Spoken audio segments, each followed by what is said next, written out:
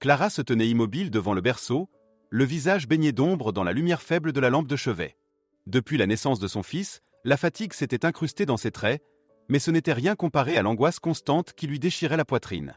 Chaque respiration de son bébé était surveillée comme un miracle fragile, chaque mouvement de son petit thorax devenait pour elle une épreuve. Dès le 2e jour à l'hôpital, les médecins avaient annoncé le diagnostic. Une anomalie cardiaque, bénigne dans les statistiques médicales, mais terrifiante pour une mère. Il ne doit pas pleurer trop longtemps, avait-il insisté. Ses pleurs forcent son cœur à travailler plus que de raison. Clara avait acquiescé, mais personne ne lui avait expliqué comment empêcher un nourrisson de pleurer. Les semaines qui suivirent furent une succession de nuits sans sommeil. À la moindre contrariété, l'enfant hurlait, et ses pleurs dégénéraient en quintes de tout si violentes que son petit corps devenait livide. Clara le pressait alors contre elle, son souffle court, le suppliant de tenir bon. Elle répétait sans cesse « Respire, mon ange. Respire pour moi. » Elle-même finissait les larmes aux yeux, trempée de sueur et de désespoir. Ses vêtements sentaient le lait caillé, les nuits blanches, et cette peur constante de le perdre au moindre cri prolongé. David, son mari, avait essayé d'aider les premiers jours. Mais rapidement, l'exaspération avait remplacé la tendresse. Ses yeux cernés lançaient des éclairs, ses paroles devenaient dures. « Tu le couves trop, Clara. Il faut le laisser s'habituer. Tu ne peux pas réagir à chaque cri. » Elle s'était retournée vers lui, les mains tremblantes, et avait répondu d'une voix brisée « Ce n'est pas un caprice. Son cœur lâche quand il pleure trop. Tu veux qu'il meure ?» David s'était renfrogné, murmurant presque pour lui-même « Ou alors tu n'as pas la force d'être mère. » Ces mots, plus cruels que des coups, résonnaient sans fin dans la tête de Clara. Une nuit plus terrible que les autres, alors que le nourrisson suffoquait presque dans ses pleurs, Clara s'était effondrée sur le fauteuil de la chambre, les bras ballants. Elle n'en pouvait plus. C'est alors qu'un mouvement discret attira son regard. Snowy, son vieux chat gris tigré, sauta souplement sur le berceau. Son pelage strié reflétait la lumière de la lampe, et son collier blanc scintillait comme une petite étoile. Clara, alarmée, se redressa aussitôt. « Non. Descends de là. » Mais avant qu'elle n'agisse, un silence inespéré envahit la pièce. Les cris cessèrent. Le bébé, qui convulsait encore, se détendit, relâcha ses poings minuscules et inspira calmement. Snowy s'était allongé contre lui, posant une patte douce sur son ventre. Le ronronnement régulier du chat emplissait la chambre d'une vibration apaisante. Clara resta figée, les larmes brouillant sa vue.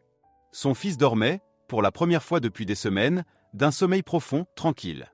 Son cœur de mère se serra, partagé entre la peur viscérale qu'un accident se produise et l'émerveillement devant ce miracle inattendu. Lorsque David entra un peu plus tard, il blêmit. « Tu es complètement folle. Tu veux qu'il s'étouffe ? Cet animal n'a rien à faire là-dedans. » Sa voix était tranchante, pleine de colère. Clara, les mains serrées sur le fauteuil, lui répondit d'un ton tremblant mais ferme « Regarde-le, David. Il respire normalement. »« Pas de tout, pas de Chris. » »« Tu le vois aussi. » Mais David secoua la tête, furieux. « Je vois une mère qui risque la vie de son fils pour une illusion de répit. Un jour, tu regretteras cette folie. » Il tourna les talons, laissant Clara seule dans la chambre, le cœur battant à tout rompre. Les jours suivants confirmèrent ce que Clara n'osait croire. Chaque nuit, Snowy s'approchait du berceau avec prudence, se levait contre le nourrisson, et chaque nuit, l'enfant dormait des heures entières, sans crise, sans suffocation. Mais autour d'elle, les jugements pleuvaient. Les voisins chuchotaient à voix basse, persuadés qu'elle commettait une faute impardonnable. Même sa sœur, Émilie, la confronta en plein matin. « Clara, tu es irresponsable. Les chats apportent des microbes. S'il tombe malade, ce sera ta faute. Tu ne mérites pas ce bébé si tu continues comme ça. » Les mots claquèrent comme une gifle. Clara se sentit broyée, mais elle ne pouvait ignorer l'évidence. Sans Snowy, son fils dépérissait. Avec lui, il s'apaisait, il respirait, il vivait. Les semaines passèrent dans cette étrange routine, entre les nuits miraculeuses et les jours marqués par la peur du jugement. Clara s'asseyait souvent au sol de la chambre, les bras autour de ses genoux, regardant son fils dormir profondément, lové contre le corps chaud du chat. Elle se disait que peut-être, la vie venait de lui offrir une aide inattendue, une force invisible que personne ne voulait reconnaître. Pourtant, son cœur de mère la poussait à croire plus à ce qu'elle voyait qu'à ce que l'on exigeait d'elle. Und zwar, la tension explosa. David, excédé, franchit la porte de la chambre, le visage sombre. « Ça suffit. Soit ce chat disparaît, soit c'est moi qui pars. » Le bébé, effrayé par le ton de son père, commença à pleurer. Clara es effigia, attendantea les quinteste tu terrifiantes. Mais Snowy, imperturbable, posa sa tête contre le petit thorax et se mit à ronronner. Instantanément, les pleurs cessèrent. L'enfant respira paisiblement, comme si la tempête n'avait jamais existé. Clara releva les yeux vers son mari, et cette fois sa voix était ferme, claire. « Si tu ne vois pas ce miracle, alors pars. Mais moi, je ne retirerai pas la seule chose qui maintient notre fils en vie. » Le silence retomba, lourd et saisissant. David resta figé, les lèvres tremblantes, incapable de répondre. Le seul son audible dans la pièce fut la respiration calme du bébé, rythmée par le ronronnement protecteur du chat. Et Clara comprit que, malgré ses doutes, malgré les jugements, quelque chose d'extraordinaire venait de naître entre son fils fragile et ce compagnon inattendu. Les jours s'étiraient dans une monotonie tendue, et pourtant, à chaque nuit, Clara observait un miracle répété. Snowy bondissait silencieusement dans le berceau, s'enroulait contre le corps minuscule de son fils, et le calme s'installait. Le bébé, autrefois si fragile, retrouvait un souffle plus régulier, ses joues pâles se coloraient d'une teinte rosée. Clara se levait chaque matin avec une gratitude silencieuse, même si l'inquiétude ne la quittait jamais. Elle savait que les critiques l'entouraient comme une meute invisible, prête à bondir au moindre faux pas. Les voisins ne se gênaient plus pour murmurer à voix haute lorsqu'elle passait dans l'escalier. Pauvre petit.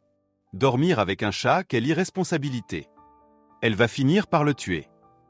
Ces phrases s'enfonçaient dans son esprit comme des aiguilles, mais Clara serrait son bébé contre elle et continuait sa route, feignant de ne rien entendre. Elle n'avait pas besoin de l'approbation du monde, seulement de la respiration régulière de son fils pour tenir debout. Émilie, sa sœur, ne cessait de revenir à la charge. Un matin, elle entra dans l'appartement, déterminée à mettre un terme à ce qu'elle appelait une folie. « Clara, écoute-moi.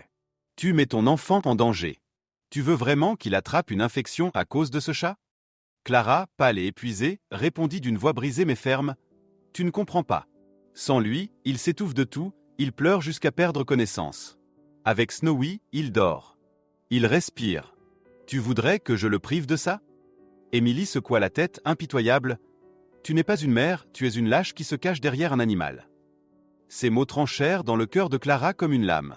Ce soir-là, après le départ d'Émilie, Clara s'effondra sur le sol de la chambre, le visage enfoui dans ses mains. Elle pleura jusqu'à ne plus sentir ses joues, tandis que Snowy, imperturbable, restait lové contre le nourrisson. Le chat ouvrit lentement les yeux, croisa le regard de Clara, et cligna doucement, comme pour lui rappeler qu'il veillait. Le ronronnement régulier vibrait dans la chambre comme un champ protecteur. Mais si Clara trouvait une forme de réconfort dans cette routine étrange, David, lui, s'enfonçait dans un silence lourd. Son regard dur trahissait un mélange de colère et d'impuissance. Il évitait la chambre, prétextant le travail ou la fatigue. Pourtant, parfois, il restait immobile sur le seuil, observant la scène sans un mot. Son fils endormi, le chat posé sur lui comme une couverture vivante. Ces moments l'ébranlaient malgré lui, mais il refusait de l'admettre. Un soir, la tension éclata de nouveau. David rentra tard, son pas lourd résonnant dans le couloir. Il ouvrit brusquement la porte de la chambre et découvrit, encore une fois, le chat installé près de leur fils. Ses traits se crispèrent. « C'est fini, Clara. Je ne tolère plus ça. Soit tu mets ce chat dehors, soit c'est moi qui pars. » La voix résonna comme un verdict. Le bébé, réveillé par ce ton brutal, commença à gémir, puis à pleurer. Clara sentit la panique l'envahir, les quintes de tout allaient suivre. Mais Snowy, d'un geste simple, posa son museau contre la poitrine de l'enfant et ronronna avec insistance. Les sanglots s'interrompirent presque aussitôt. Le petit inspira profondément, ses paupières lourdes retombèrent, et son souffle redevint régulier. La chambre plongea dans un silence que seul le ronronnement berçait. David resta pétrifié, incapable d'ignorer l'évidence. Clara, elle, releva la tête, ses yeux brillants d'une détermination nouvelle. « Si tu refuses de voir ce miracle, alors peut-être devrais-tu partir. Moi, je ne retirerai jamais la seule chose qui maintient notre fils en vie. » Les mots claquèrent comme une gifle. David, d'ordinaire si sûr de lui, resta muet. Son regard passa du bébé endormi au chat immobile, puis à Clara, dont le visage fatigué reflétait une force inattendue. Pour la première fois, il sembla désarmé. Il quitta la pièce sans répondre, laissant derrière lui un silence lourd de rancune mais aussi de vérité. Les semaines qui suivirent furent marquées par ce fragile équilibre. David ne parlait presque plus, rongé par un mélange de scepticisme et d'incompréhension. Pourtant, malgré son hostilité, il ne pouvait ignorer que son fils changeait. Les quintes de tout s'espacèrent, le nourrisson gagna du poids, ses yeux s'ouvrirent plus vifs. Clara, elle, vivait suspendue à ce fil invisible qui reliait son enfant au chat. Elle craignait chaque instant qu'un malheur surgisse, que l'animal agisse d'une manière imprévisible, mais chaque nuit confirmait que Snowy était devenu l'allié le plus improbable de leur survie. Un soir, David resta plus longtemps que d'habitude devant le berceau. Le bébé dormait paisiblement, les joues rosies, les lèvres entr'ouvertes. Snowy reposait sa patte sur les côtes de l'enfant, son souffle régulier calant celui du petit. David observa longuement, son visage se radoucissant malgré lui. Sa voix finit par se briser dans un murmure. « Clara. Il a l'air différent. » Plus fort. Elle leva les yeux vers lui, épuisée mais illuminée d'espoir. « Je te le dis depuis des semaines. Regarde-le vraiment. » David porta une main à sa bouche, bouleversé. Ses certitudes vacillaient. Cette nuit-là, pour la première fois, il ne protesta pas en voyant le chat dans le berceau. Il resta debout près du lit, observant silencieusement, incapable de nier plus longtemps ce qu'il avait sous les yeux. Son fils survivait grâce à une présence qu'il avait rejetée. Et dans ce silence nouveau, Clara sentit qu'un pas venait d'être franchi. Un mois s'était écoulé depuis la dernière dispute. Dans la maison, l'atmosphère avait changé. David parlait peu, mais son regard avait perdu une partie de sa dureté. Il passait plus de temps à observer son fils, et parfois, presque à contre-cœur, il effleurait le dos de Snowy du bout des doigts. Clara percevait dans ses gestes une résignation mêlée d'admiration silencieuse. Elle n'osait pas s'en réjouir totalement, mais chaque signe de paix lui redonnait un souffle d'espoir. Lorsque le rendez-vous médical de contrôle arriva, Clara ressentit un mélange de peur et de soulagement. Elle s'installa dans la salle d'attente, son fils blotti contre elle, ses petites mains accrochées à son chandail. David, raide, se tenait à ses côtés. Le docteur Reynolds, un homme aux cheveux grisonnants et au regard doux, feuilleta le dossier de l'enfant avec un froncement de sourcils. Je me souviens de lui. La dernière fois, il était si fragile. Nous étions inquiets. Il ausculta l'enfant, écouta longuement sa respiration, prit son pouls. Puis, après un silence, il déclara « Eh bien, c'est surprenant. Ses poumons sont plus clairs, son rythme cardiaque plus régulier. Cet enfant se renforce. » Clara sentit les larmes monter, tandis que David fixait le médecin avec une stupeur mêlée d'incrédulité. « Comment est-ce possible ?» demanda-t-il, la voix tremblante. Clara hésita, son regard fuyant, mais le docteur insista doucement. « Qu'est-ce qui a changé ?» La vérité franchit enfin ses lèvres dans un souffle. « C'est le chat. » Reynolds franca les sourcils. Les chat. David soupira et ajouta, presque honteux. « Je n'y croyais pas non plus. Mais chaque fois que ce chat dort avec lui, l'enfant se calme. » Pas de crisis, pas de tout, juste du repos. Le médecin resta un moment pensif, puis hocha lentement la tête. C'est inhabituel, mais pas impossible. Les bébés cardiaques sont extrêmement sensibles au stress. Si ce chat apporte chaleur, rythme et stimulation constante par ses ronronnements, il agit comme une sorte de thérapie naturelle. Clara ouvrit de grands yeux. « Vous voulez dire que Snowy l'a sauvé ?» Le médecin esquissa un sourire prudent. « Disons qu'il lui a offert ce que la médecine n'arrive pas toujours à garantir, une régulation douce et continue.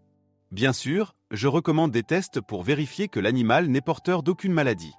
Mais si tout est sain, vous tenez là quelque chose d'extraordinaire. » Ces paroles bouleversèrent David. Pendant des semaines, il avait douté de sa femme, raillé ses choix, accusé sa faiblesse.